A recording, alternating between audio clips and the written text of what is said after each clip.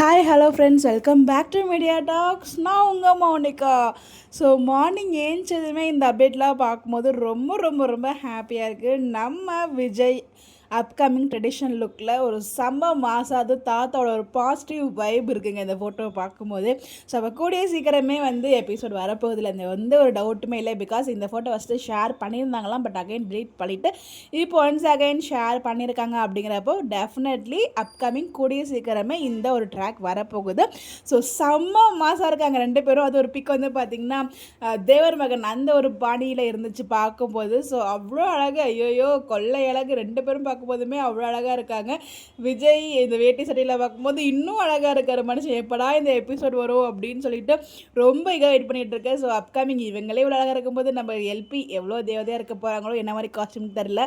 So அவ்வளோ அழகாக இருக்காங்க இந்த ஒரு காஸ்டியூமில். தாத்தாவும் இருக்கட்டும், பேரனாக இருக்கட்டும். ஸோ அவங்களோட பாண்டிங் ரொம்ப அழகாக இருக்கும்.